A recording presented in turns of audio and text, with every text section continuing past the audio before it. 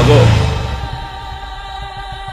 అన్న మీదున్న ప్రేమతో ఆ క్షణంలో ఏదో ఎమోషన్లో కొట్టేసి వెళ్ళిపోయావు.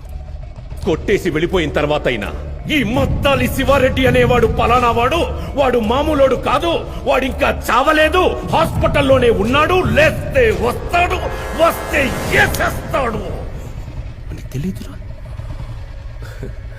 నేను హాస్పిటల్లో ఉన్నప్పుడు నీ గురించి ఏం ఆలోచించానో తెలుసా? శివారెడ్డి నుంచి ఎలా తప్పించుకోవాలి, ఎక్కడ దాక్కోవాలి అని పారిపోయి ఉంటావు. నిన్ను పట్టుకోవడానికి ఎక్కడెక్కడ వెతకాలి, ఎన్ని రోజులని వెతకాలి అని ఆలోచించా. కానీ నువ్వేంట్రా, అసలు ఈ మద్దాలి శివారెడ్డి అనే వాడే నీ లైఫ్ లో లేనట్టు, వాడితో అసలు నీకేమీ జరగనట్టు హ్యాపీగా బైక్ వేసుకుని హైదరాబాద్ మొత్తం ఇంత నార్మల్ గా ఇంత కూల్ గా ఎలా తిరుగుతున్నావురా నువ్వు? ఎవరు సార్ మీరు? ఎవరు సార్ మీరు? నేనెవరో నీకు తెలీదు. మీరేం మాట్లాడుతున్నారు?